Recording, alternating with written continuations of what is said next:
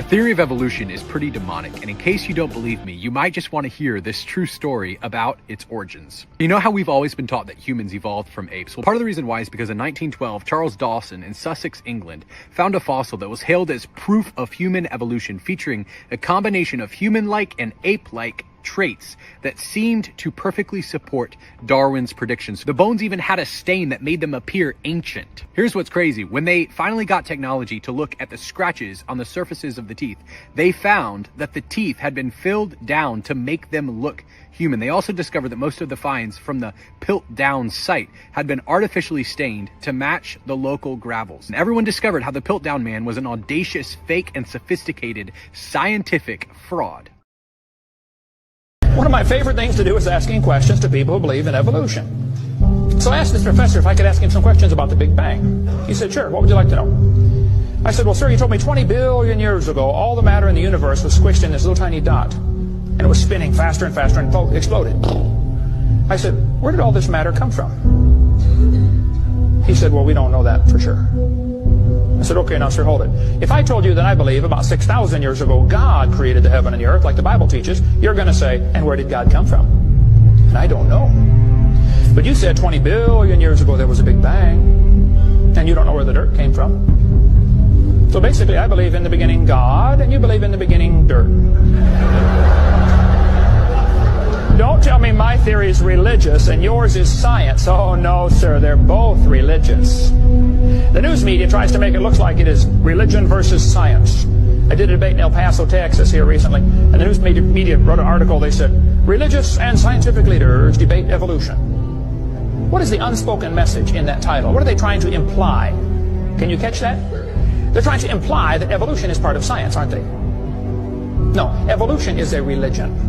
Actually, both creation and evolution are inherently religious. I said, well, sir, would you please tell me where the laws came from? The universe is run by laws, gravity, centrifugal force, inertia. Who gave the laws? He said, we don't know that either.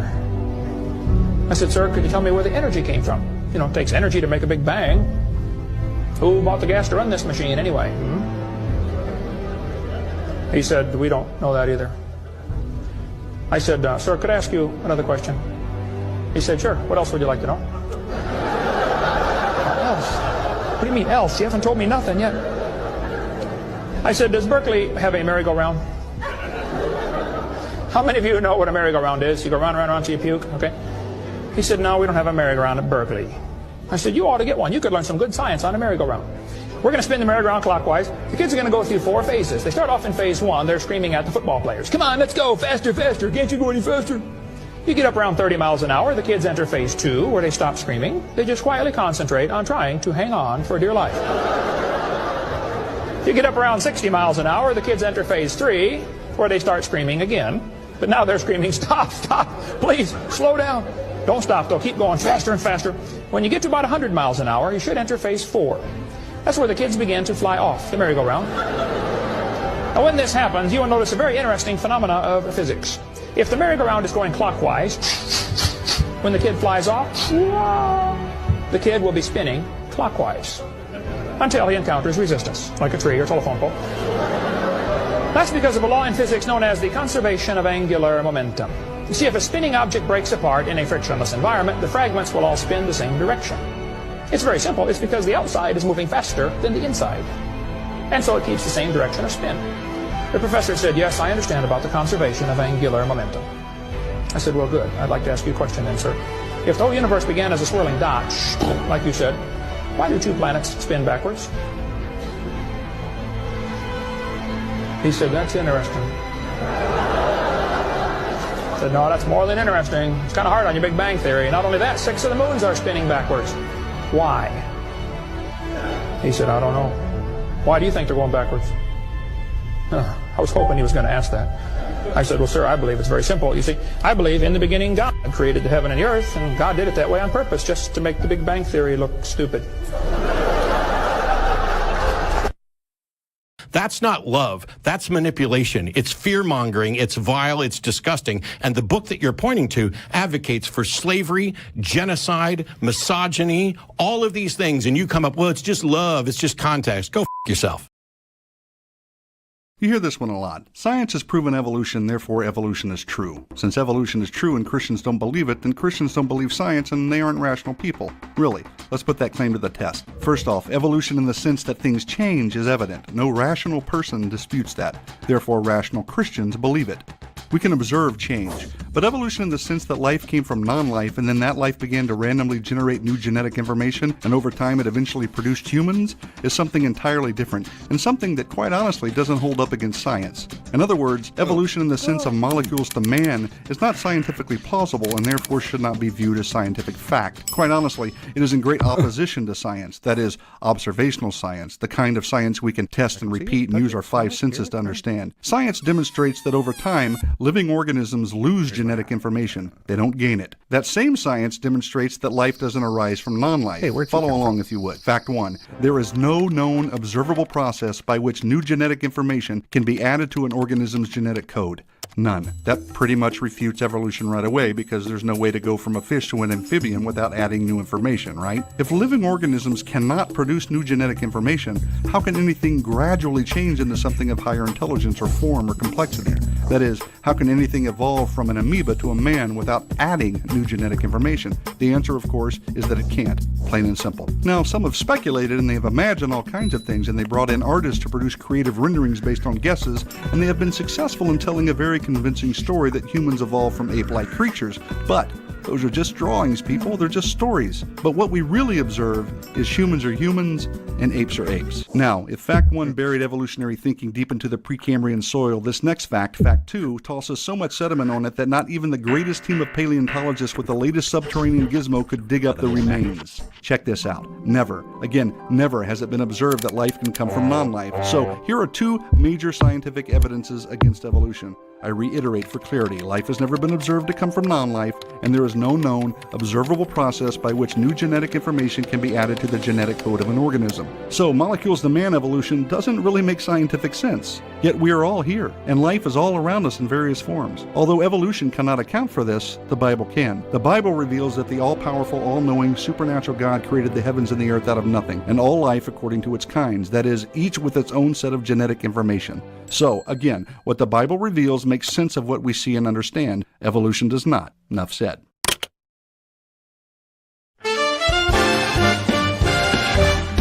Evolution, evolution, evolution. Evolution is a mystery. It's pseudoscience, secular trickery. You're not related to a dog. Your distant cousin is not a hog. Don't look at your family tree. There's no cousin, dirty fleas. Evolution is a mystery. It's pseudoscience, secular trickery. A stupid religion for a cult, a bedtime story for adults. God's sick given has no clue. Relatives aren't in a zoo. Evolution is a joke for all the morons smoking coke. Go back to school and learn this rule. Crack still kills and Jesus rules. Evolution dies today. Read your Bible and do what it says.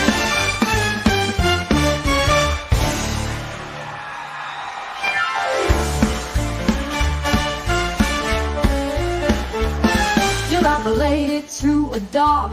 Your distant cousin is not a hog. Go look at your family tree. There's no cousin, dirty fleas. Evolution is a mystery. It's pseudoscience, secular trickery. A super religion for a cult, a bedtime story for adults. God's sick given has no clue. Our relatives aren't in a zoo. Evolution is a joke for all the morons smoking coke. Go back to school and learn its rule. Crack still kills and Jesus rules. Evolution dies today. Read your Bible and do what it says. I'm skeptical of the claim. I'm skeptical. I'm skeptical. Yes, I'm skeptical.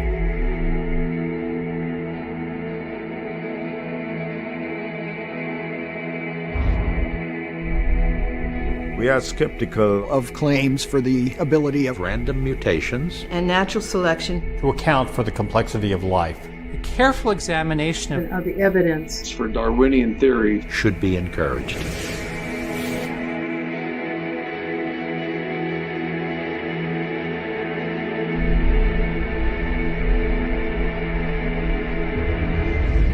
skeptical of claims For the ability of random mutations and natural selection To account for the complexity to account for the complexity of life. careful examination Examination of the evidence for Darwinian theory should be encouraged.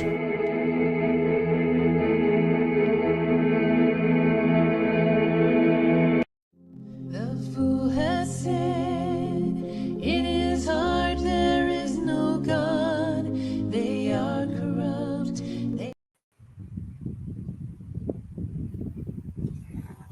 Hello, everybody, and welcome to another edition of Preaching to the Quiet Ministries. Let me cut this fan off because this is going to be an interesting one today. As you guys have all known, I was making a whole bunch of videos towards Deconstruction Zone. We was waiting for August to get here. You know, all this talk was being talked about, you know, regarding his fan club and whatnot. We was waiting for him to finally accept the debate challenge. And what we got was an alteration to the debate that he knew was ridiculous. So that debate obviously is not going to happen, and it's his fault and not mine. For those of you who don't know, I challenged him to a debate on whether or not slavery in the Bible was moral or immoral. He wants to have a debate on whether or not God condones slavery. He knew for the better part of a month what I wanted to debate him on. And he did that on purpose because he knows what my position is. This should tell you that atheists are very careful about what they debate. They're very careful about what they want to say because they are cherry pickers and they don't want to deal with the actual subject at hand. That's why it doesn't even bother me when they say that slavery is in the Bible or anything like that, because I know it's not coming from a heart of genuine concern. If you remember this clip that you saw in the beginning, this is Matt Dillahunty being very emotional about our Bibles and what's in our Bibles. And I got some interesting stuff to show you guys, just to show you why this doesn't bother me either. That's not love. That's manipulation. It's fear-mongering. It's vile. It's disgusting. And the book that you're pointing to advocates for slavery, genocide, misogyny, all of these things. And you come up, well, it's just love. It's just context. Go f*** yourself. Debating him on morality would be super easy. Oh, I've already done that. My bad. So anyway, I want to read something here for the cowardly atheists that won't come in here today. And if you watch a pro-atheist channel, you'll see them in their chats talking all kinds of smack about us, making fun of us, saying that we believe in an imaginary sky daddy, blah, blah, blah, blah, blah, blah, blah. But I'm going to read a Bible verse regarding my imaginary sky daddy, according to them. And I'm going to accept this as factual information. You want to know why? Because there's nobody here to challenge me on anything, to show me that I'm wrong. So Genesis chapter 1 says, in the beginning, God created the heavens and the earth was without form and void, and darkness was upon the face of the deep. And the Spirit of God moved upon the face of the waters. And God said, let there be light, and there was light. And God saw the light, that it was good. And God divided the light from the darkness. And God called the light day, and the darkness he called night. And the evening and the morning were the first day. Verse 6. And God said, let there be a firmament in the midst of the waters, and let it divide the waters from the waters. And God made the firmament and divided the waters which were under the firmament from the waters which were above the firmament, and it was so. And God called the firmament heaven, and the evening and the morning were the second day. Verse 9. And God said, let the waters under heaven be gathered together unto one place, and let the dry land appear, and it was so. Verse 10. And God called the dry land earth, and the gathering together of the waters he called the seas. And God saw that it was good. And God said, let the earth bring forth grass and herbs, and herb yielding seed and fruit yielding and fruit tree yielding fruit after his kind. This King James, man, sometimes. Whose seed is in of itself upon the earth, and it was so. And the earth brought forth, give me a second here. And the earth brought forth grass and herb yielding seed after his kind, and the tree yielding fruit, whose seed was in of itself after his kind. And God saw it was good. In the evening and the morning, and this was the third day. And as we read on, we read about the origin of planet Earth. And we actually learn the origin of quite a few things when we go through the book of Genesis. Why am I reading this? Because by faith, this is what I believe. Not blind faith, but we use the word pistos for our faith. Our faith is backed up by actual evidence. You know what I mean? You can't tell that to the average run-of-the-mill atheist because they don't know what these words mean. They don't understand what we mean when we say that we believe by faith. They believe that when we say faith, that is blind faith. They don't understand there's about 5 or 6 different definitions for the word. So by faith, the word pistos, I believe that God created the heavens and the earth. The evolutionists believe something different. They do not believe that God created the plants after their own kind, the animals after their own kinds. They believe that once upon a time, this little tiny dot existed, and all the matter in the universe was all compressed in this little dot, and then it expanded over a long period of time, and then it cooled down. That's how we got the universe, and then ultimately Earth. I mean, there's a lot of chemistry that you got to go through to determine how the Earth and everything was put together, and all the other planets and the moons. But one day, the Earth had an oxygenless environment, and then it was lightning, and it was ammonia, and all this other stuff that existed. And the first living cell came to be in this oxygenless, ammonia-ridden environment, and somehow it survived all of that toxic chaos and became a multi-level organism. Mind you, all of this stuff happened on its own. You know, the lottery was won multiple times, many times over back then. This multi-cell organism survived, and then it became a fish-like creature over millions of years. And then from being a fish-like creature, we all know how they believe it eventually grew legs and grew out the water because it survived its predators and everything and whatnot. And then on top of that, when it came out the water, it became into like a little lizard or like a little reptilian creature. And then over a long period of time, you know, we get the apes and we get the humans, and that's their story for creation. And they laugh at us for believing that God created us. This is going to be a fun show today, ladies and gents. You want to know why? Because now there's no more laughing. You ain't just going to pick on Christians and what they believe. We're going to take a deep dive and look at what atheists believe about slavery in the Bible. We're going to look at what they believe about science regarding the theory of evolution. And we're also going to take a look at so-called messianic prophecies that were not fulfilled. We'll do all that in this show. We'll see how many confident atheists are going to come in the room and actually try to prove their points today. I got a funny feeling I'm going to be able to count that many on this fist. So how many is going to come in here? Absolutely none. All right. But let's see. I got somebody in the background. It's called Objective Ethics. I'm going to bring him in. I don't know him. So because I don't know him, you guys are going to be hearing voices for a little bit. Because we know some of the atheists, they hate us Christians to the point that they got to porn bomb us. What that basically means is that they want to try to destroy our shows by putting things on here that they can flag later on. That's usually the tactics that they'll take up, because let's just face it, if I believe the lie, I would do the same thing too. You know what I mean? So let's bring them in here. Objective Ethics. Are you an atheist, a Christian? How are you doing? And welcome to Preaching to the Choir Ministries. Oh, thank you, brother. Appreciate you having me on. No, I'm an agnostic, and I have no intention of disrespecting you or your community by doing any of that bombing. But I'm not sure what you call it, porn bombing or something. I don't know what that is, but I won't do it. Okay. All right. So, this is the G-Man debate arena. If you disagree with anything that I talked about during the week, if you disagree with anything that you heard in the beginning of this video, if you want to talk about messianic prophecies, slavery in the Bible, evolution, or you have your own topic, this is the time to do it, but it has to be a great debate topic. Yes, sir. I appreciate that. I just want to start by saying I really respect the fact that you're having an open discussion with people. I think that's what we need more of in this world, is people who have different views to actually get together and have a respectful dialogue. I'm all about treating people with respect. So I just think we need more of that personally. Yes, I agree. There's too much of this solo show going on right now where people are just interested in staying on their own channel so that they can get super chats. I'm about the topics. I don't mind going to other people's channels, but to expect me to constantly come to your channel all the time, you never pay me a visit, that's unrealistic, and that's not going to happen. No, I agree. I think you're fully justified in that, and I agree with you 100%. I think that's one that I didn't used to do these lives. I'm really new at this. So I'm a little nervous. You have to kind of bear with me there. But I've been, watching a lot of this stuff. I've been home with medical issues, so I've had too much time on my hands. Been on YouTube too much. I've been watching a lot of these. You have my empathy on your medical issues. I appreciate you, family. Thank you for that. And there's just so much of this. You got a bellyache or something? Like, what's going on? No, it's been a 2-year battle. I don't want to go through all the details with you guys because it's not fair to you guys. But basically, they had to rebuild my GI tract. You know, if you know what that is, like, you know, your gastrointestinal tract had to be completely rebuilt. So I just had my final surgery, and I'm actually in recovery right now. So I'm a little bit loopy from the meds. I have to admit, I'm a little foggy, but I didn't want to miss this opportunity because I did have a couple questions I wanted to ask. I've been following your channel for about maybe 2 weeks now. I just recently came across you, so there might be some stuff that I'm just not savvy, you know, up to date with or whatever. So if I misrepresent anything, I apologize. It's not intentional. Okay, so no problem. You say you're an agnostic atheist? No, I'm not an atheist of any kind. I'm just an agnostic. Can you define what that means for me so I don't misrepresent? Yes. Yeah.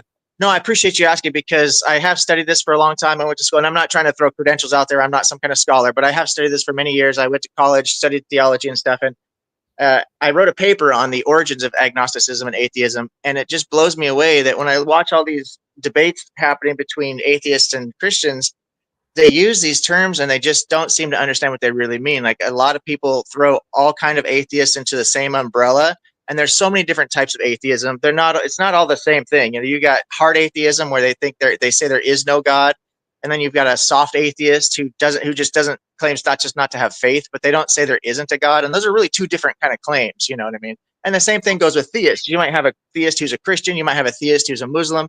If you're going to have a discussion with somebody, you got to find out like where they're coming from before you can really attack their arguments. You know what I'm saying? I agree with you wholeheartedly, 100% actually. So I appreciate you asking for the definition, just for the audience, if nothing else. So agnosticism is two parts to it. The first part, which is similar to atheism, is that we don't have any faith or rejection of any gods. The second part, where the gnosis comes in, the knowledge part, is that agnostics like myself, we don't think that anybody does know or can know anything about any god or anything supernatural. Because the general premise of the idea of a God, and I should ask you what your definition of God is, but the general premise most people use when they talk about a God is it's something that exists outside time and space. And so as an agnostic, I don't understand how we can know anything about something that exists outside time and space. How can we test it? How can we falsify anything? You know what I'm saying? How can we differentiate what we might think is a revelation from a God and not just something that's happening in our own minds? Okay, so you said that an agnostic can't know the difference between a god or gods, right, or a supernatural god, right? It's not that we don't know the difference. It's that we don't think anything can be known about anything that exists outside the natural world. Okay, so I think what you're trying to say is, just so that we understand each other on your definition, that you're trying to say that as an agnostic, you don't believe that a person can know whether a supernatural God exists, not a non-supernatural God. Correct. Yeah, exactly. So if I was going to have a discussion with people, I've been doing this a lot lately online. I've really enjoyed the interaction with people. In fact, I had a debate recently with someone I think you actually speak very highly of, Mr. Matt Slick. Yes. I hope I'm not missing. Yeah. I had a debate with him on the Think Institute. That was one of my first ones about a week ago. And I just want to just put it out there that he mentioned, we had about a 30-minute go at it, and he mentioned at least 3 times about how polite and respectful I am. And I'm not trying to just be arrogant or something like that. I'm just saying that this is how I try to approach things, because I feel like if we want people to consider, if I want you to consider anything that comes out of my mouth and I'm going to come at you disrespectfully, that's just ignorant on my part. You're not going to take what I say seriously. Whether you agree with me or disagree, you're not even going to consider my position if I come in and run my mouth. So you can understand why Deconstruction Zone comes across as being a prick to me, right? He's not interested in respectful conversation. He's just interested in trying to be as disrespectful as humanly possible. That's what he's basically interested in doing. I do sympathize with what you're saying. I don't know if I would classify it quite that extreme, to be honest with you, but I've only watched his content for about a month now, so I'm fairly new to his stuff as well. And I do agree with you. I have seen respectful content. He doesn't have any respectful content. He disrespects God, the Holy Spirit. He disrespects the Christian that he's speaking to, and he's just disrespectful. Like if he happens to be a nice guy off of YouTube or whatever, or you meet him in person, you don't get that vibe from him watching him on his channel. I see disingenuous, fake humility that he shows on his channel to bait people on there, so he basically can laugh at you. That's how. Well, I do. I do agree with you that he has definitely certainly been disrespectful. I'm not going to try and misrepresent anything. However, I can say I have seen him have some very polite conversations with people who are Christians that for whatever reason they don't set him off, or their approach is something that he can deal with. I don't know what the difference is, but I have seen him do it. And I'm not just trying to blow sunshine up, whatever, but I have seen him do it. People I've never seen hold any kind of respectful conversation ever, and people I would avoid completely are people like a Matt Dillahunty, who just are so completely emotionally unhinged and are so foul mouthed and rude to people. I can't even deal with him. So I don't put Justin on that level. DZ has that in common. I would say Dillahunty and DZ has that in common.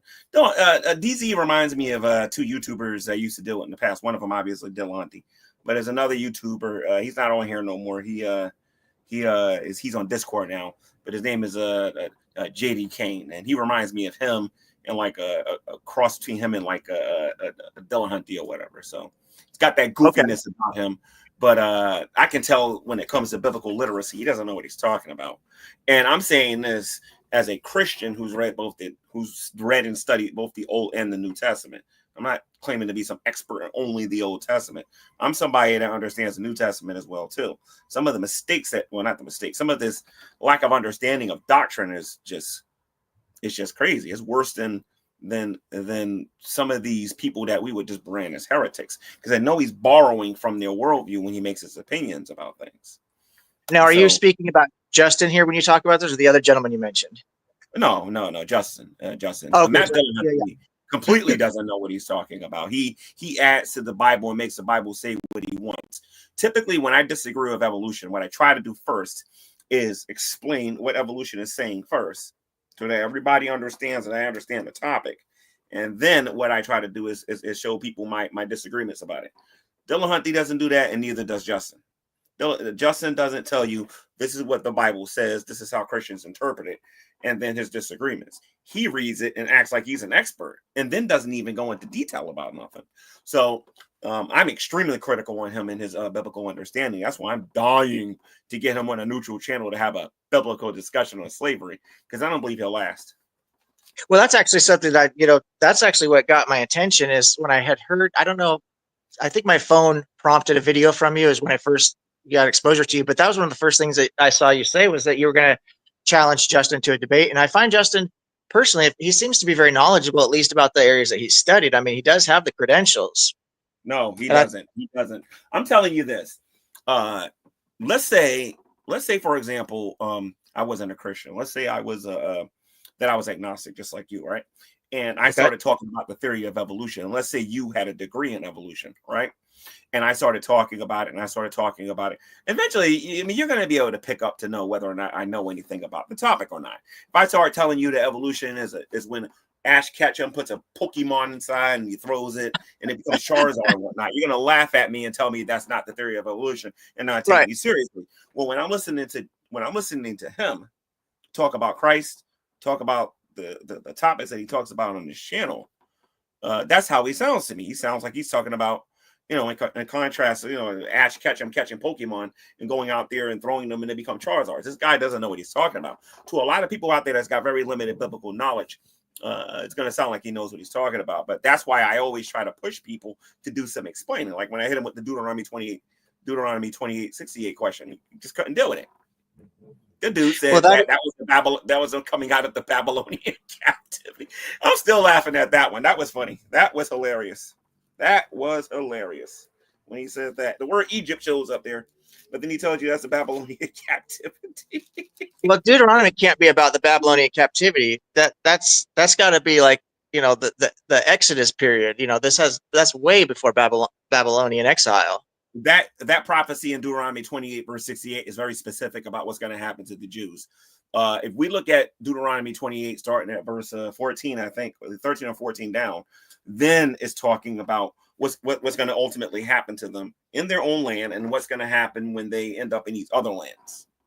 You know what I mean? So he's not as knowledgeable as people like to think he is.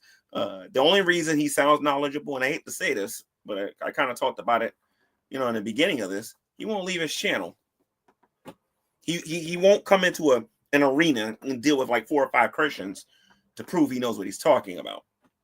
You understand? Yeah, I do Now, think, if I do Christians don't agree with you. I think that does not show a lot of strength or character or courage or however you want to say it. And again, I don't know Justin personally, and I don't know a lot about his content. I don't know if he does debates or not, but just based, if I take you for your word, which I'm willing to do as a gentleman right now, and I would agree with you 100%. If somebody's not going to go to a neutral site, then it doesn't, that doesn't really speak very much about your, I hate to say courage. He's been on modern day debate before. Okay. Oh, yes. Okay. I seen him on the Atheist Experience when I was looking him up and everything. But as far as like making it a thing to go and talk to Christians on their channel, he doesn't do that. Because here's the thing. You might not agree with me that evolution is not true, but I'm so confident in my opinions about the theory of evolution. You got a PhD, a person who works in the lab, I'll go to their YouTube channel, play by their rules, and show them why evolution's wrong. That's how confident I am. I can't just be on a channel saying evolution's false, and then I get called out and I don't go to nobody's channel. No, I'm one of these people. I'll show up. That is interesting because I actually am getting ready. I've been having some live discussions. I don't want to call them debates. It's just kind of an open discussion I've been having with a Christian. He has a channel. His name is A's Philosophy. And we've had some really good talks. So we've covered a lot of different things. And one of the areas we've discussed is evolution. But I'm a very honest person. Honesty is very important to me. I think it shows character.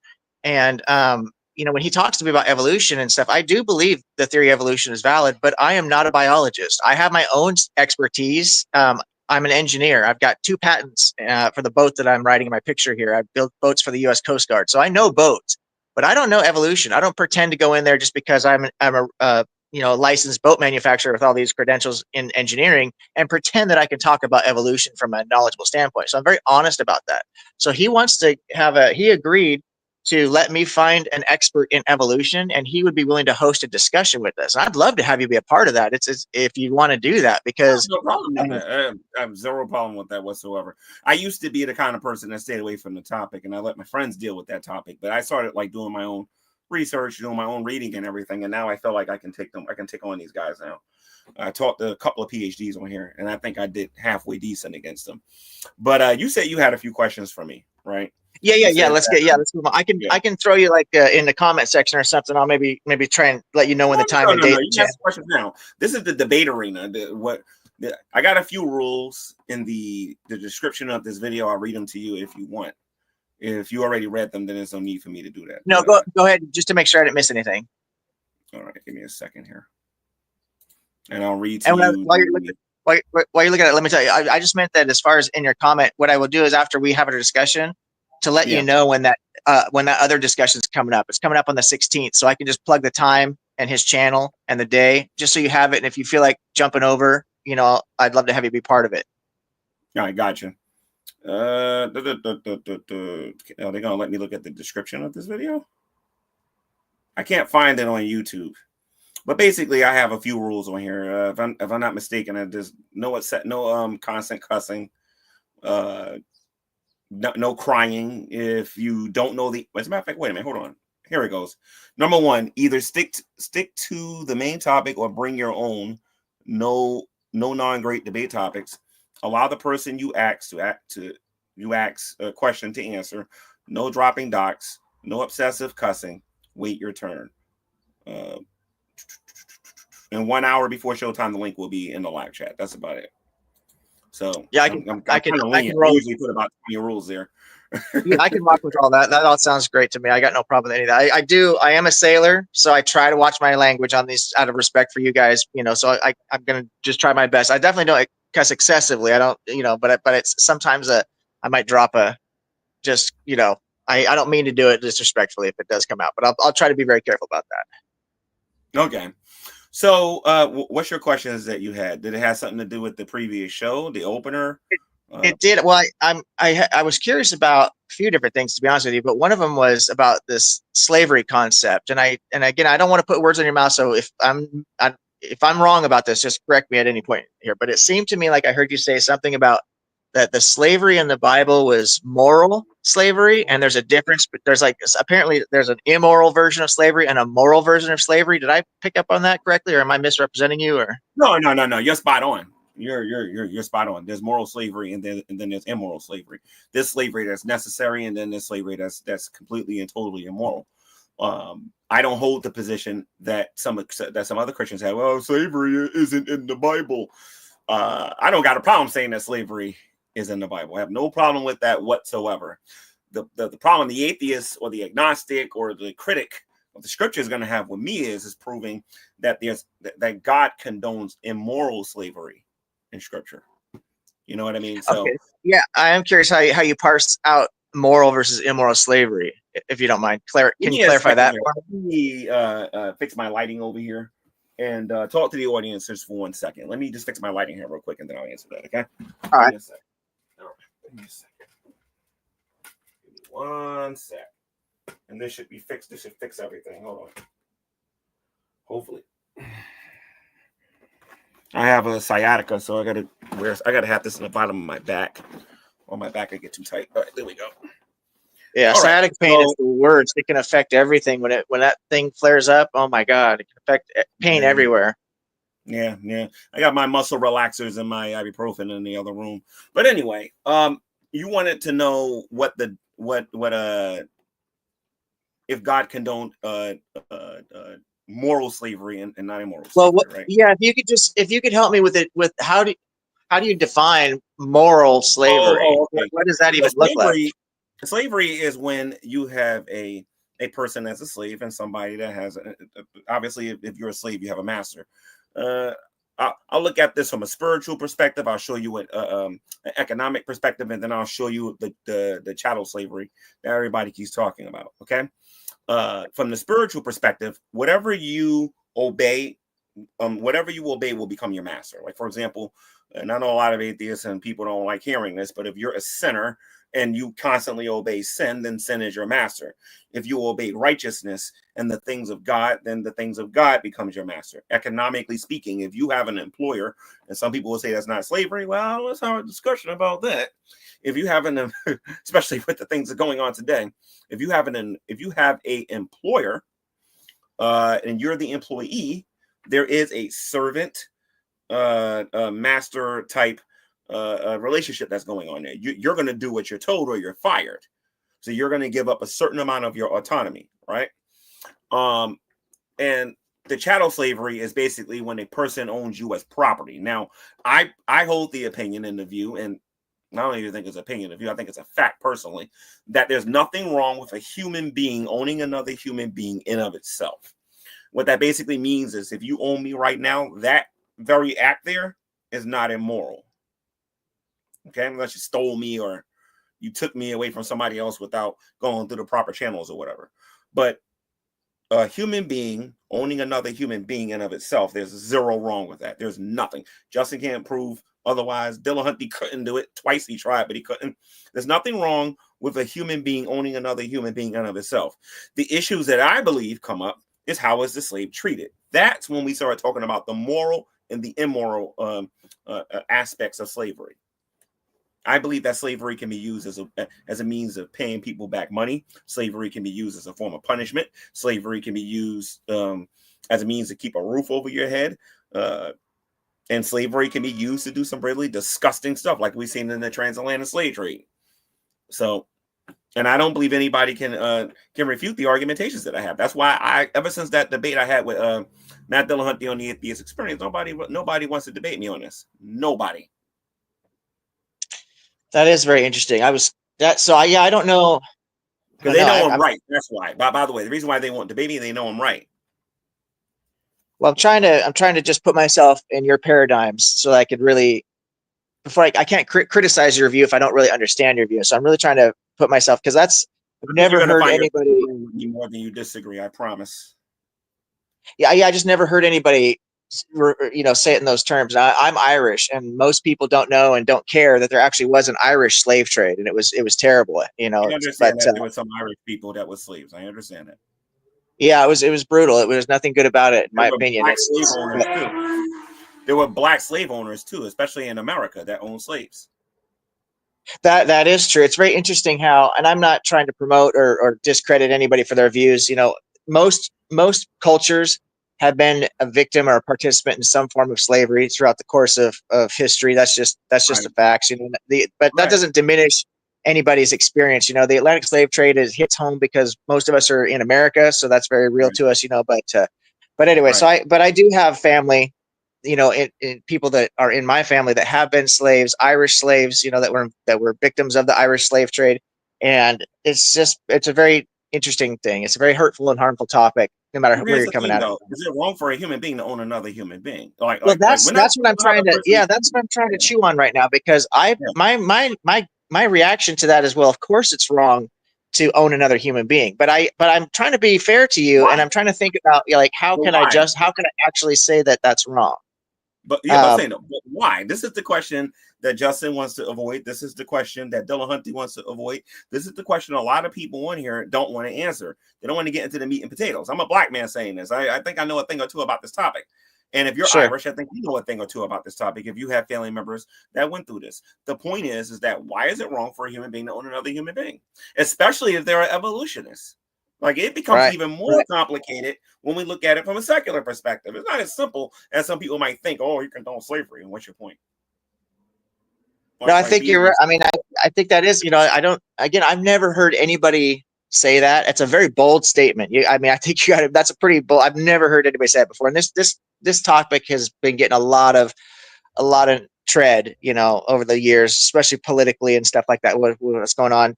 So I've never heard anybody say that. I'm really trying to figure out, like, how can I justify to you my view that it's immoral under all circumstances? Now, I'm not. All you got to do is explain to me why you believe it's wrong for a human being to own another human being without committing any logical fallacies. That's all. Okay, so I guess the only way that I could really come at this would be from my own personal viewpoint, which would be, I would not want to be owned as property. Okay, so because you don't want to be owned as property, then that means if anybody else is owned as property, that means that somehow it becomes wrong across the board. Not technically, no, you're right. But let me ask you this. If I know for a fact that there's at least one human being on this planet, myself, that would never want to, under any circumstances, be owned as property, is it fair to say that would be immoral to at least own me as property? I don't even believe you believe that regarding another person owning you as property. I'll get to the reason why later, but I don't even believe that you fully believe that. I think if you think about it a little bit more, you'll understand what I mean. But consider this. This is the strongest argument that has been made against my argument, the strongest one. And that is that when a human being owns another human being, they lose their personal autonomy. Right. That is the strongest argument I've heard against my argumentation. What do you say about that? Do you believe that when a person that's exactly what that's exactly what I'm talking about. That's exactly what I'm talking about is that I would not want to lose my personal autonomy. I would not want to lose my ability to make my decisions. I would not want to lose my ability to come and go when and where I want. You know, as a grown man who's put his time in, you know, I value my freedom. Can you do me a favor and repeat what you just said word for word? That I would not want to lose my personal autonomy. Okay. I would not want someone to control where and when I go. Really? Okay. What else? I think I don't know what else I say. As a grown man who's put his time in, you know, as a child, like all grown men have, you know, who had to do what our parents told us to, who had to do what the system told us to. You know, I don't work for other people anymore. I work for myself. But I used to be an employee. I used to have to, you know, punch somebody else's clock and stuff like that. Can I show you why Justin doesn't want to debate me on this topic with just one click? Sure. Okay. I'm open to it. Yeah. This is why he doesn't want to debate me, because that actually happens on a regular basis, quite daily, actually, maybe every 5 minutes. It says in the United States, the 13th Amendment to the United States Constitution prohibits slavery and involuntary servitude, except as a punishment for a crime of which one has been convicted. In other words, you are a slave when you go to prison. You get up when they tell you to get up. You go to sleep when they tell you to go to sleep. You eat what they tell you to eat. You are less than human in prison. And you better hope they decide that you're not going to be somebody's boyfriend. Right. I hear you, family. I'm not perfect. I did time when I was younger. I had to learn the hard way. So I know, and you're not wrong about anything in what you said right there. But let me just push back a little bit, if I may, and say this: that now, if you're talking about somebody who's a criminal, which is what we're talking about right now. Okay, you've got involuntary servitude, and you could call it slavery if you want. I don't care how we want to define that, but I'm not a criminal Aren't you owned anymore. by the state? Doesn't What's the that? state own you? Doesn't the state own you? No, they don't. And to be very specific, it isn't even the state; it's the major corporations that you start working for absolutely free. Or or you can take the 10 cents that they give you per hour, which a lot of people would consider slavery. Well, again, like I said, I'm financially independent, so that argument doesn't apply to me. That I'm not a criminal, so that argument doesn't apply to me. So none of these are. I listened to your definition earlier. Your definition was you want somebody to tell you when you can come and when you can go. That happens when a person is thrown into prison. In other words, slavery is justified when a person is thrown into prison. Well, I would agree with you that if we're going to define that as slavery, I would agree with you. We've got to put people in prison. So however we want to parse that out, but I'm not in prison. So I'm talking about my own personal experience. This is how it says. It says in the United States Constitution, the 13th Amendment, go look it up. To the United States Constitution prohibits slavery and involuntary servitude except as a punishment for a crime of which has been convicted. Let me ask you this. Who do you think the majority of people in prison are? Take a guess. Oh, you're talking about the brothers? Oh, yeah. Yeah. Black people are the majority of people in prison. So if you talk to a Muslim black man, he might tell you that, those are the slave catchers when you're talking about the cops or whatever. Like, we have a lot of inside jokes about what we say about them. But the point is this. When atheists and agnostics and the critics of the scriptures, because it ain't just atheists and agnostics, there's a lot of other people. When they go out there and they say that a human being owning another human being is wrong, then they also got to say prison is wrong too. Being owned by the state, being told when you can come and go by a police officer or a warden, okay, is wrong. Okay, now if you're saying that is okay, is necessary in certain situations, then fine, because this is not even it. We can talk about indentured servitude. We can talk about indentured servitude, which is in the Bible in our society today. Well, I agree with you on those points. I do agree with you on those points. Okay. One more second. We can also talk about working for a less than a living wage as well, too. You know what I mean? There's a lot of examples.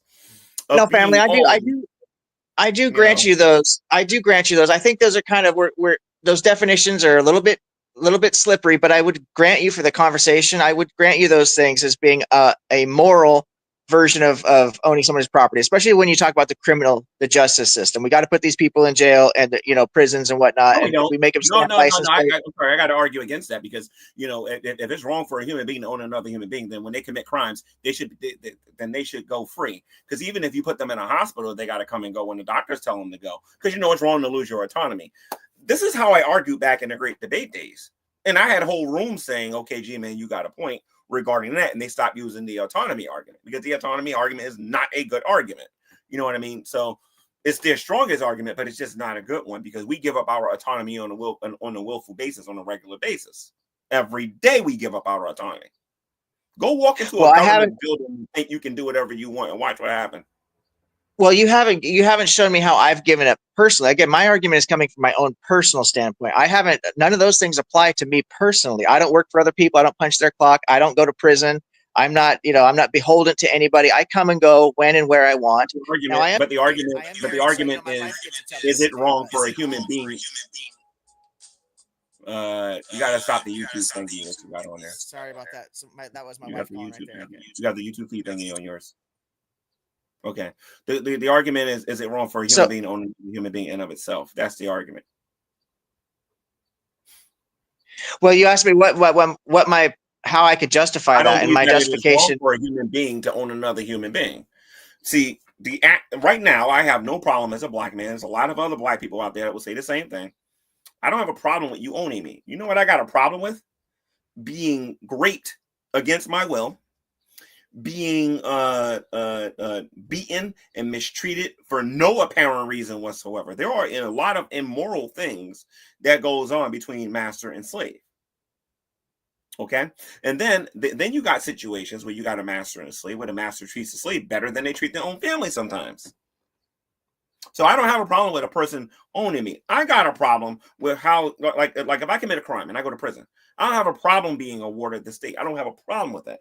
I got a problem when the police look the other way and they allow you to get raped in prison. You know what I mean? When they allow other inmates to stab you and do all kinds of disgusting things to you.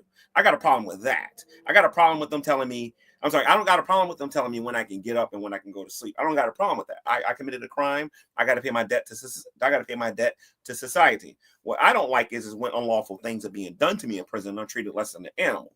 So there are good things that can happen to you as a slave, and there are bad things that can happen to you as a slave. So my argument is this: there is nothing wrong with a human being owning another human being in of itself. Slavery in of itself is not wrong. However, there are immoral practices that take place in slavery. And instead of atheists saying that God condones slavery, what atheists should do is start asking is why slavery? Why does it exist? Do you mind if I ask you a question? Sure. Do you believe that we should, the best way to deal with other people and to have a functional society is to treat other people like we would want to be treated? Yes. Love your neighbor the way you love yourself. That's straight out the Bible. Yes. Okay, so if I don't want to be a slave, wouldn't it be the most moral thing to not make other people slaves? Well, here's the thing. If you personally don't want to be one, don't get in trouble and you won't be one. Right, exactly. Also, don't give up your autonomy when you sign a contract. Avoid contracts. Avoid any situation where you have to give up your rights temporarily in order to do something. Because when people say that it's wrong for a person to lose their autonomy, I don't think they understand what they're saying. There are plenty of situations that we go through in our life almost on a daily basis, including going to the grocery store, where we lose a portion of our autonomy. We give it up freely. Okay, so they make it sound like that we live our lives every day and we never give up our autonomy. We give it up willfully on a daily basis. That's why I think it's such a horrible argument. Now, you're saying that we should treat each other how we want to be treated. Well, slavery is also used as a form of punishment. And guess what? In scripture, slavery is used as a form of punishment too. Right. I understand that. And I do think that punishment, slavery is wrong, then you got to be against the prison system. Then that begs the question: what do you think should happen to people like like Jeffrey Dahmer? What should happen to him? What should happen to people? And then believe me, no matter what you say, kiss their autonomy goodbye. Well, I'm a hard ass, brother. I'm not gonna lie, I'm a hard ass. I think that, when people commit certain crimes, especially when we talk about, like, to me, the most horrific crimes that people commit would be obviously murder's got to be up there, but like SA against children or women and children, stuff like that. I think if we started chopping off people's body parts for doing that kind of stuff, we do a lot more effective about cutting down those crimes than just throwing them in prison. I'm all for it, that kind of stuff. Now, a lot of people think I'm way too extreme. Your voice sounds very familiar. I've never spoken with you before, but I'm enjoying the conversation now. You may have caught me, like, you may have saw that debate I did with Matt Slick. I've been online a bit recently doing debates with people, so I don't know if that's it or what. I don't know. You sound like Deconstruction Zone. I'm not nearly that good looking, brother. You mind cutting your camera on? I would prefer not to, because I'm so sick right now. I'm recovering from surgery. I haven't had a shower or anything. I'd really prefer not to. But I think that is my picture. No, my name is Daniel, not Justin. That is my picture that I'm riding in my kayak right now. No, I'm not. I have no reason to come on here and pretend I'm somebody I'm not. Deconstruction Zone. Are you messing with me right now? Or are you being serious? Your voice sounds very close to being like Deconstruction Zones. That's wild. I don't know. I mean, I don't know what to tell you. I am who I am. I'm not. I'm not. It doesn't matter, because even if you are him, I'm glad you're here and we're having this conversation. Because here's the thing: atheists say that slavery is immoral. So basically, as an agnostic, you're saying that prison is immoral, right? I'm saying that in these specific situations, I don't think there's such a thing as objective morality, because I'm an agnostic. So that the prison system is immoral? No, I do not. Do you believe that a mental institution where they keep you there against your will, okay? Do you believe that place is immoral? That's a really good question. I've never really thought about that. I don't know. I want to give you an honest answer. And the mental institution, man, that's a good question, brother. I don't know how to answer that one. That's. Do you believe never thought about that an indentured servant is in a immoral situation? No, I do not. Because as far as I understand it, with servitude, you ain't got a problem with prison, and you ain't got a problem with institutionalized I can't even say it. Basically, somebody being put in a hospital or a mental ward. You don't got a problem. I don't know how I feel about that. I honestly don't know how I feel about that. You lose a large portion of your autonomy. Yeah, I don't know how I feel about the mental ward ones. I can't really give an honest answer on that. But I don't have a problem with prison. I don't have a problem with indentured servitude, because my understanding of indentured servitude is that's a contract that people enter into willingly, both parties. Are you a former Christian? Are you a former Christian? No, I'm not. I've been an agnostic my whole life. I have studied this religion for many years. I find it fascinating. I think I'm not anti-theist. I'm not against Christianity. I think there's a lot of good people who are Christians, so I don't have any problem with that. I don't like. Agnostic? When did you become an agnostic? I've always been an agnostic my whole life. I didn't know when I was young what the terms were for this, but my beliefs have always been a bit very skeptical. Like, I just didn't understand how we're supposed to, know about this, something that lives outside time and space. Before I even knew what time and space was, I've always never understood how that's supposed to work, So is it safe to say that you've been agnostic since you was about 16? Any time you want to put to it, probably even younger than that, to be honest with you. I mean, I could think back when I was a small child questioning my parents about because my parents were religious, so I just never really understood. They had me go to church and stuff, and I just didn't get it. I had to ask them questions all the time. I was a kid in Sunday school that would raise their hand all the time and just annoy the hell out of the youth pastor, because I wasn't trying to be disrespectful. I was just trying to figure it all out. None of it made any sense to me. Oh, okay. So going back to the slavery issue, I'm not really understanding how you can support prison, support mental institutions, and indentured servitude, but then saying that a human being owning another human being is wrong. I'm not getting that. Because I'm taking it from my own personal spot. The only argument I can think of to justify my position is based on my own personal experience. So if I commit a crime, I think it is perfectly reasonable to throw me in prison. If I what was the other? Indentured servitude. If I want to sign a labor contract with another person and become an indentured servant, I don't see anything wrong with that. But I do see a problem with putting. You have no problem being a slave then. Yeah, if I commit a crime, you're right. I don't have a problem with that. But I don't commit crimes. So there are times when slavery is perfectly acceptable and needed, and that is to punish people who do wrong. You're agreeing with me. Well, no, I think for the conversation, at least, I would grant you that. Yeah, no, I think I would grant you that there are times when people have to lose their autonomy, and that is justified. I do agree with you on that. Yeah. So as far as I'm concerned, the slavery, then you have to conclude that there are obviously times when slavery is immoral, and if you want to hear about all of the immoral things, just listen to an atheist talk about this stuff.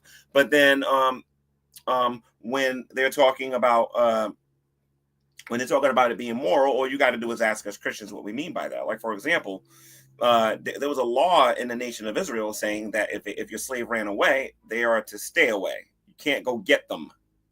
You know what I mean? Whether they be an indentured servant, even if it's just an Israelite, the point is that they run away, you let them run away. Now, during the transatlantic slave trade, that was different. They had immoral slavery going on, and if you got caught, you could lose your foot. They could whip you. They could kill you. They can do a bunch of different things. And I always hear atheists say, "Oh, a master can do whatever they want to you in the Bible because they own you." That's not true. They forget about the 613 laws that both the slave and the slave owner has to practice in the land of Israel. Like, for example, that slave can't work on the Sabbath day, and neither can the master. You know what I mean? Like there are rights the slave has in the nation of Israel. You know what I mean? But they don't bring that up. They talk about slavery. They talk about what they see in the scripture, and then they immediately use what happened during the transatlantic slave trade and try to put that in the Bible. No, it's not the same thing. And I'm a black man saying this, so obviously I know the difference. That's why a lot of these atheists don't want to debate a black man on this topic who's knowledgeable about this. They don't want to do it because they know that appeal to emotion garbage isn't going to work with somebody like me. And if you think I'm bad on this topic, go talk to those Hebrew Israelites. Oh my Lord. Have you ever had a conversation with them before? I tried to listen to some stuff. They're pretty extreme. I have a hard time, as you probably figured out. I try to be pretty balanced. I always try to be respectful. They're violent, especially on this topic. They're very violent. Yeah. Yeah, it seems very extreme to me. And I don't think that they're really I don't think they're being, I hate to use the word honest because I don't like to accuse people I don't know of being dishonest, but it seems to be a bad misrepresentation of the history of the area. It seems to be a bad representation of what I see in the scriptures. I just don't understand. You are a reincarnated. This is what they believe. They believe that you are a reincarnated slave owner that needs to be killed with the sword. That's what they believe.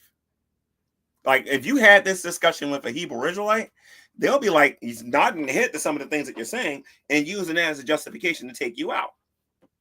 That's why it's important to get a good grip on this topic and know what you're doing, because if you don't, you're going to talk to the wrong person and you're going to find out real fast. Because there's still a lot of black people that's pretty angry about what happened in this country 200 years. Oh, I have no doubt. I have no doubt. Absolutely. I have no doubt about that. Yeah, they're very angry about it. But as far as the slavery topic goes, like I said, my argument isn't whether or not God condones slavery in the Bible. My argument is that there's nothing wrong with a human being owning another human being in of itself. And as far as biblical slavery goes, I can show you both immoral, where man is doing immoral practices in Exodus chapter 1 and other passages of scripture, and then I can like getting ready to throw their slaves into a burning furnace because they don't want to worship their idol or whatever, you know what I mean, their false god or whatever. And then I can show you examples of a slave owner being nothing, and I mean nothing but good. And you'll see a slave who don't want to leave because they have food to eat, a roof over their head, they have provisions, they have everything that they need. Well, you've definitely, the way that you've defined some of these terms and the situations, what am I trying to say? The analogies that you've used have really, caused me to think about some things I need to chew on a little bit. But may I ask you just one question to help me kind of see where I'm at with this? Do you think it would be moral to put someone like myself, who's never committed a crime, doesn't want to sign any contracts, doesn't work for other people, would it be moral to put me into slavery? I would say two things. One, I believe you're already a slave to agnosticism. And then number two, I believe that people who are thrown into bondage and they haven't done anything, that especially in our society today, that would be immoral. Okay. Come on. No, I respect that. I don't know. Justin argues like this. Justin likes to say, oh, okay, look, can you read this Bible verse for me, G-Man? Because that's what he does. He thinks and he thinks that people are stupid and we don't see it coming. But if you're gonna do it, let's get it done now. No. I appreciate. I feel like you're being very honest with me, and you're being honest with yourself, and you're not trying to hide behind anything. Or as far as I'm concerned, we're having a very respectful dialogue, and I appreciate it very much. What is being a slave to agnosticism? What does that look like? How am I? You're obeying the rules and you're obeying the rules and the mindset of agnosticism. You can't break free from it. Can't break free from it because you refuse to look at the world through somebody else's eyes. Like, for example, you have atheism, you have agnosticism, you have theism, you have deism, right? You believe that no one can know whether or not a god or gods exist. You said that in the beginning of this, right? That we can't know if a supernatural deity exists. That's not true. We have our Bibles and we have faith. Faith is a way of knowing things. Unfortunately, in our society today, for whatever reason, some people, not all people, but some people believe that you can't know anything through faith, which is hilarious whenever I hear it. I have to prevent myself from laughing, but they claim that we can't know anything by faith. I can know a lot of things by faith. I can know that if I sit on that by faith, if I book a flight to go from here to England, that by faith, because of the people, the scientists and the people who built the plane and the person who's going to fly the plane and all that, based on what I know about aviation or whatever, by faith, not because of science or anything like that alone, but by faith, I know that I have a good knowing that plane is going to make it from the United States to England. Sure. Yeah. I see what you're saying. And I would push back a little bit by saying that two things. One is that I do consider myself to be a person who has an open mind. So I do hold these agnostic beliefs. There's no doubt about that. But I do feel like I'm willing to have my mind changed, which is why I'm always having these conversations with people to see if there is something that moves the needle for me. I haven't. So for me, if somebody was going to move me from my position, what it would take is to show me how we could know something exists outside. And I understand you made the claim that faith is a way that we can know, but I haven't seen the mechanism for that. Like, how would you? If I was going to push back on that, I'd say, how do you? It's outside in time and space. yeah, how can we know about something that we can't test, something that's not falsifiable? Okay. Let me ask you a question. What caused the Big Bang? Who started it? So I'm not a physicist, but my best understanding is that the Big Bang is just a period of time, so that the universe has always existed. The universe has always existed, so you have no problem with omniscience. You have no problem with like someone who's all powerful, or something that is all powerful, or something that's always existed. You have no problem with that, because now we're describing God. Now you have no problem with something that can exist, that can be self-existing, right? And essentially, yeah, sure, we could. Yeah, I agree. If the universe, if the universe could always exist, then by definition, always existence is a thing. And so, if you could show me a God does exist, and then it would be perfectly reasonable to assume that God I always don't need to exists. do all of that. I really don't need to do that. You're going to help me do all of this. So you're not a physicist, but you believe that the Big Bang happened. I do believe the Big Bang has happened. Yeah. Okay. So where did the singularity come from? That caused the bang. So where did it come from? My understanding is there was an infinite compression of all of the available matter that is in the universe right now, and when it compresses, you're not supposed to know this stuff. You say you're not a physicist, so you're not supposed to know this stuff. Well, I could not give you a really good scientific definition of how all that happened, because I'm not a physicist. I only understand the concepts, and I don't want to speak out of turn. I don't want to come across like I'm an expert. So by faith, in the scientists that's talked about these things, you believe that the bang actually happened, and you believe that the singularity actually existed. You can know things by faith. That means that you can know things by faith, then you can know that God exists. Hold on. And that means that you can know that God exists by faith. So I assume, and I do believe, but I'm open to being wrong about that. If science shows another way, or if religion shows another way, and actually it has some kind of empirical evidence that gives us good reason to believe it. I don't need religion. I can use science. I can use pure science on this, because the point is that you just said that you're not a physicist. You believe that the bang happened. You just admitted that you take it on faith. So you already believe that the universe is a constant, that it always existed. You believe that the bang happened, even though you can't scientifically explain to me how it happened, because you're not a physicist, right? Yes. So correct. You can take things on faith based on what other people tell you who are studying the topic. Then you can learn. Then you can also know whether or not God exists by using the same formula. I think that's a good response to what I said. I do think that's a good response. But again, I don't claim to know. It's just a faith thing. So like I said, if somebody showed me something different, then I would be compelled to change my mind. You would have to change your mind, because you just said that you can know things in faith. You take the Big Bang on faith, not science. Right. So if somebody would show me something different, I would have to then change my mind about the Big Bang. Did you just hear what I just got finished saying? You take the Big Bang on faith, not science. Because you're not. Well, my faith is in the scientists. Yeah, my faith is in the scientists, and I presume that the experts do know what they're talking about. I do put faith in them. And my faith is in Jesus Christ, and I believe that the experts that I listen to know what they're talking about. So you can know, based on how we're talking right now, how something is true or not true on faith. Pistos, faith that is backed by evidence. And we have plenty of evidence that God exists. Or we can use morality. We can use a life on earth. We can use a bunch of different things to be able to show that. You pick the one you want. We can use morality, or we can use life on earth. It doesn't make a difference. The point is, without God, we can't make sense of life being on earth, nor can we make sense of morality. No one can say anything is really right or wrong objectively without involving God into the conversation. Nobody. No, that is a very interesting response to that. I have to admit, that's a very interesting response to that, because I admit that I do these things I embrace these things from a position of faith. I agree with that 100%, because I don't know. Right.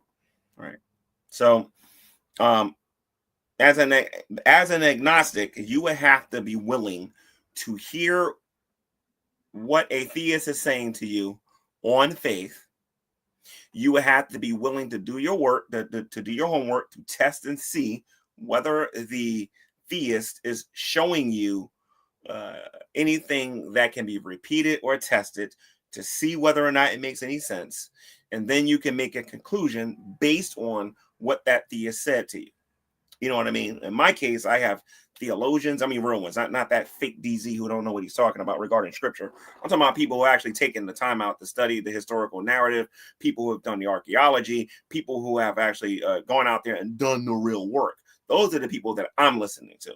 I'm not just hearing some guy go in the front with a suit on and say, this happened, the end. No, our Bible encourages us to go out and to study to see whether or not what's being said to us is actually true or not. Do we have good reason to actually believe these things? And I have very good reason, which is why I come across as being very annoying to a lot of people when they talk to me regarding scripture, because I've done my homework. Oh, that is very interesting.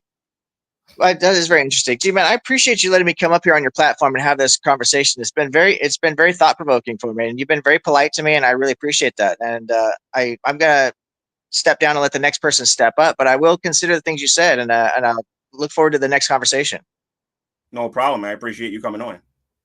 All right, family. You have yourself a good day today, okay? Now you too. Later. Okay. So 1 Thessalonians chapter 5, verse 21 says, prove all things, hold fast to that which is good. Okay, 1 John chapter 4 says, beloved, believe not every spirit that claim that they are from God, because many false prophets have gone out into the world.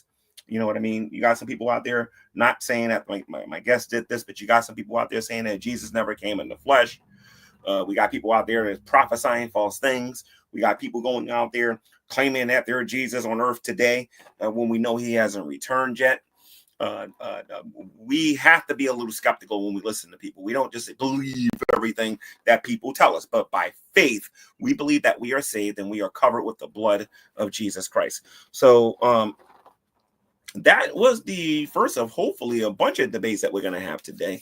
I got something that I want to show people since we're on the evolution topic here. A lot of you have heard of the origin of species. I got something I want to show you guys for the people that hold the hard stance on the slavery issue. Again, let's listen to Mr. Dillahunt talk about with his emotion and his passion on this topic, because you know we're religious people are just so terrible. That's not love. That's manipulation. It's fear-mongering. It's vile. It's disgusting. And the book that you're pointing to advocates for slavery, genocide, misogyny, all of these things. And you come up, well, it's just love. It's just context. Go f*** yourself. Really? So, Matt, as a black man, I have a question for you. Let me show all of you this video here real quick. I could have did this when my guest was in the room, but I would like to actually show, wait a minute, hold on. Here we go.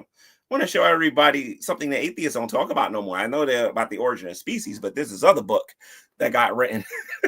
Oh, and a few things about the origin of species that a lot of you that a lot of you probably don't know. So let me show you something really interesting. We're going to go to Ken Ham on this. We're going to hear what he got to say about this. Darwin wrote his book on the origin of species by means of natural selection. The rest of the title was Preservation of Favored Races in the Struggle for Life. Now, that book was about animals, but at the preservation of favorite races in the struggle of life. Favorite races? What does that got to do with evolution? Sounds kind of racist to me. And in the last chapter, he said, in the distant future, light will be thrown on the origin of man and his history. 12 years later, he wrote the book, The Descent of Man. And the descent of man inherits... Oh, by the way, a little trigger warning here. If you never read The Descent of Man, and you're an evolutionist, you might want to stop watching this right now. is a racist book. Oh, you have it really no is. Darwinian evolution inherently is a racist philosophy, but it's taught in our public schools as fact. Now, it's interesting if you look at some things that have happened. Like recently, the American Library Association had an award named after Laura Ingalls Wilder because of her Little House on the Prairie series. And they decided, when you look back and read that series, oh, there was racism in there. And so they decided that no longer will they allow that award to be named after her. And we've heard of books being banned and all sorts of things because of so-called racism. Actually, one of my favorite recent ones is what they say about Hulk Hogan. Hulk Hogan was a racist. People shouldn't miss him or nothing like that. But they'll push this descent of man garbage to our children in school on a regular basis. The Descent of Man, one of arguably evolution's most racist books. And if you want to see something even more racist, go check out Human Zoos. For you new atheists out there that don't know nothing about these topics, do your research and you'll see what I'm talking about. House on the Prairie, Laura Ingalls, she was actually fighting against racism against the Indians, if you read it in the right context. And it's in the context of history that those books are written. Here's the interesting thing. The girl portrayed in the books was definitely not racist. If you're going to say you've got to ban a library awarder because of those books, they should be banning Darwinian evolution from the school system. They sure should, but they're not going to. But of course, that's not what they want to do, so they ignore that. Mm-hmm. You know, it's interesting. How many of you here have read The Origin of Species by Darwin? Have actually read it? I see a couple of hands, maybe 3. How many have read The Descent of Man? I'm not sure I see any hands. Do you know most school teachers, majority, have never read The Descent of Man? Do you know, in fact, most evolutionists don't even know what Darwin taught? You read his books and you'll see what he taught. That's why the late Harvard paleontologist Stephen Jay Gould said this: biological arguments for racism may have been common before 1850, but they increased by orders of magnitude following the acceptance of evolutionary theory. In Darwin's book, The Descent of Man, he says, this is just one example, at some future period, the civilized races will exterminate the savage races. The break between man and his nearest allies will then be wider than the Caucasians and some ape as low as a baboon, instead of now as between the Negro, Australian Aborigines, and the gorilla. Do you realize what he's saying? The Australian Aborigines and people from Africa are closer to the apes than the Caucasians. I'm sorry, guys. 1 second. My bad. 1 second, guys. Hold on. 1 sec. 1 sec. I apologize, guys. 1 sec.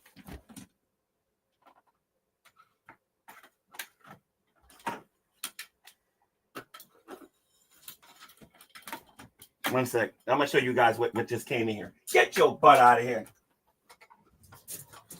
Oh my God. Wow. I gotta catch this on camera next time I get 1 million views. Unbelievable.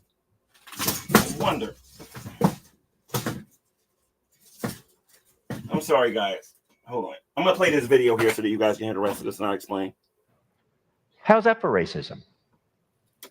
That's what Darwinian evolution is all about.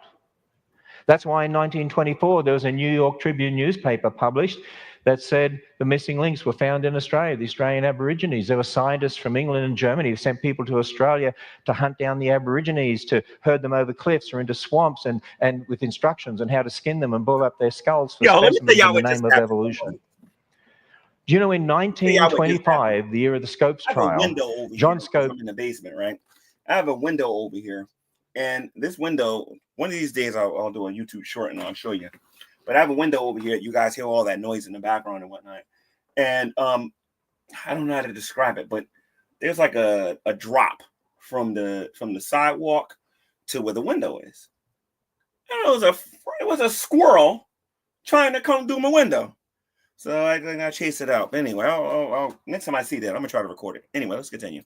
Supposedly taught from a particular biology textbook about the evolution of man and so on. And actually, that was a setup by the ACLU. But did you know the textbook that was sort of the center of this trial in a way, and a major biology textbook used in public schools in America in the 1900s and was used in 1925, said this: the races of man, and based on Darwinian evolution, at the present time there exist upon the earth 5 races, the highest type of all represented by the Caucasians, represented by the civilized white inhabitants of Europe and America.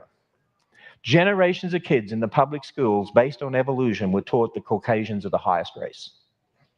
And we wonder why we have so much racism and prejudice in our culture. Now, of course, there's all sorts of other factors, I understand. God condones slavery in the Bible, guys. God condones slavery in the Bible. Evolution ain't had nothing to do with that. But I'm saying we've got to recognize that Darwinian evolution itself is inherently a racist philosophy. And in fact, I like to encourage the church. I want to suggest to us that we get rid of the term races. And I'll tell you why. When you go I back, believe that totally. I'm not a race. I'm a kind.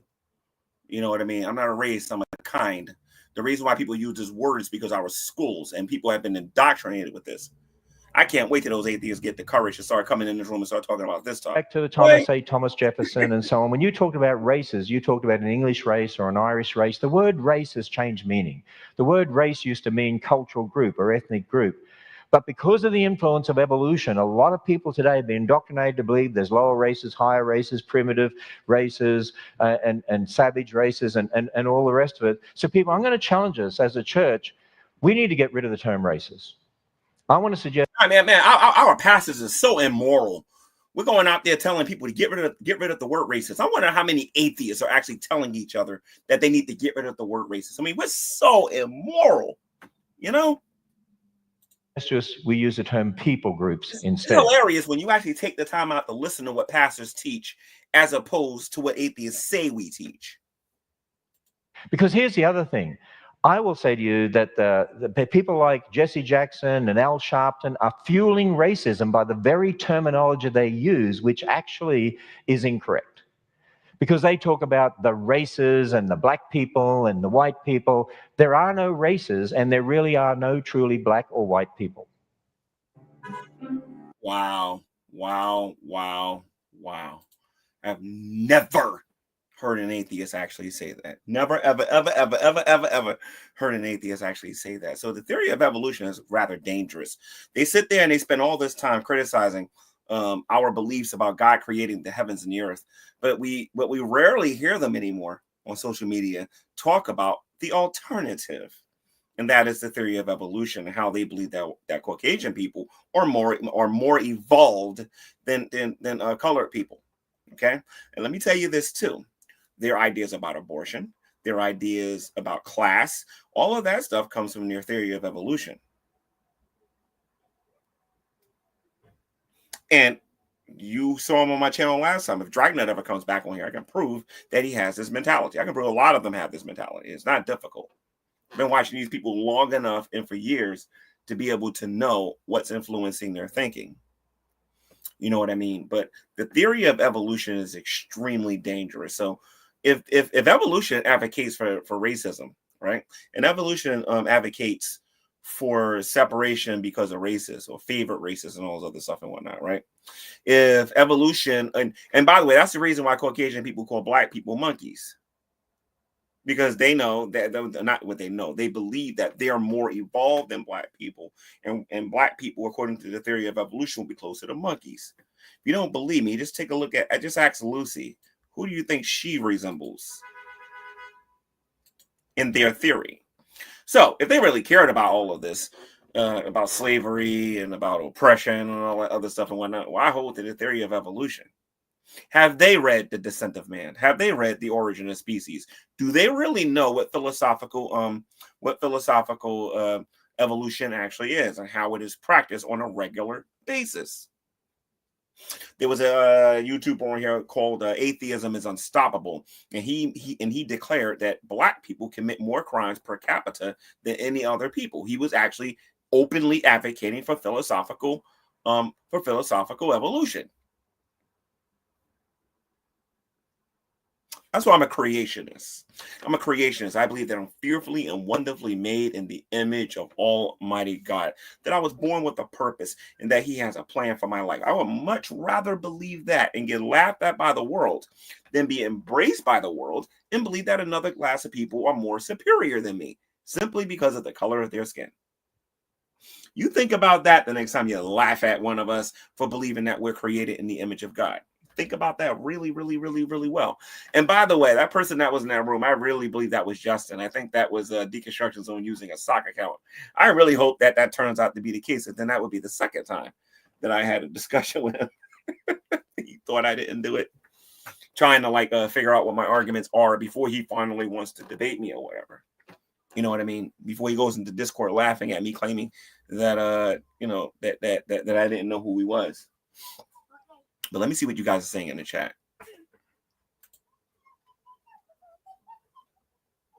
Nobody's really saying anything. Okay, fine. I'm going to wrap this up. I don't want this to be too long, and I don't see anybody else clicking the link that want to come in here. So I hope somebody got something from this particular video here. I had a discussion with Objective Ethics regarding biblical slavery. You can rewind if you just got here to check that out. I thought that the discussion was respectful, and I thought that we got some things accomplished. And he ultimately agreed that slavery is appropriate in certain situations. That's why you can't say it's immoral across the board. You can't. There's immoral forms of it, and there are very moral forms of it. When a person commits a crime, they should be thrown in jail. They have to be punished for what they do. Now, in the Bible kind of deals with them a little bit different. They kind of deal with it a lot faster than what our society does today. But when a person commits a crime, they definitely, if they go to jail, they're justified. It's justified slavery. You know what I mean? But what do you guys think? Do you believe that I'm being too? Do you guys believe that I'm being too broad about my topic? Because all I'm doing is going by what I've been told by the community, where they said that a person should never lose their autonomy. If that's true, then you can't support slavery. I'm gonna say this again. I'm sorry, not slavery. You can't support prison.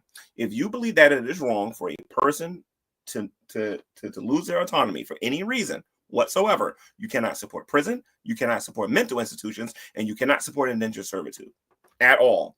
You can't support anything that takes away your autonomy. Even if you have a little bit of freedom to walk away, you still gave up a certain amount of your autonomy. What is your argument against a human being being able to own another human being in of itself? And I haven't even used my best arguments regarding this yet. I haven't even shown the real meat and potatoes of this argument. That was just a little piece of it that Objective Ethics actually got. If you saw my discussion with Godless Engineer, you all know what the real argument is that I was going to bring up had he hanged a little bit. You know what I mean? But there's no hanging with this. There's nothing wrong with a human being owning another human being in of itself. However, if you treat a person cruelly, if you're raping them, if you're doing horrible and horrific, inhumane things to that human, that is another story all by itself. And until next time, guys, this has been another edition of Preaching to the Choir Ministry, telling you guys to read your Bible and do what it says. And let me warn you guys, you're going to get more videos like this. You can go on your channels. Christians are dumb. Christians are stupid. We don't know what we're talking about. My Bible tells me that if the world loved me, that if the world loved me, they would speak highly of me. But because the world hates Jesus, they're going to hate me. So bring it. It doesn't bother me. But it's going to bother you that we have a response to your ungodliness. Read your Bible and do what it says. Woo! God bless.